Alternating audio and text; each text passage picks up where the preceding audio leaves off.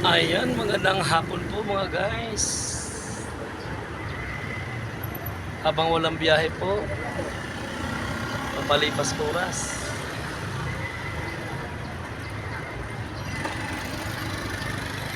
Mainit ang panahon ngayon. Kaya guys, kailangan meron kayong ganito lagi.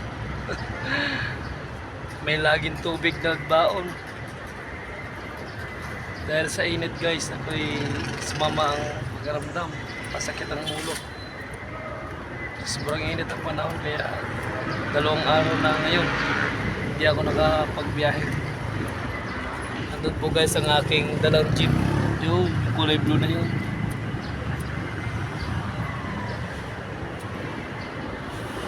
Mabuti na lang at marunong umunawa yung aking boss.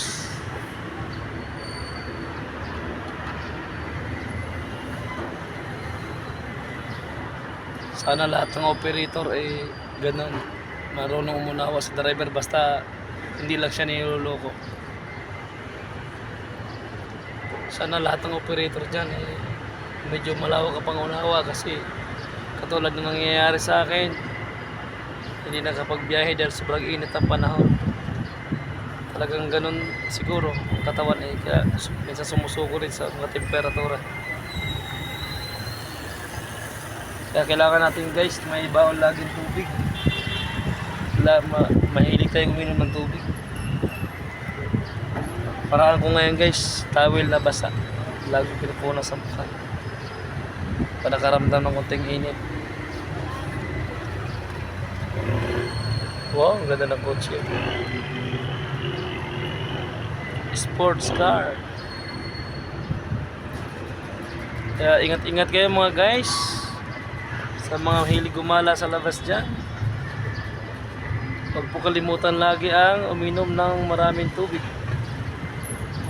Iwasang magbabad ng matagal sa sikat ng araw.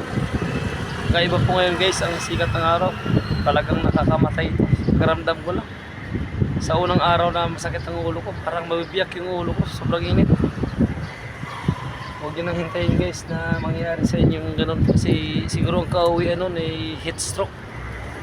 Kung hindi maagapan ko ipipilit nyo pa.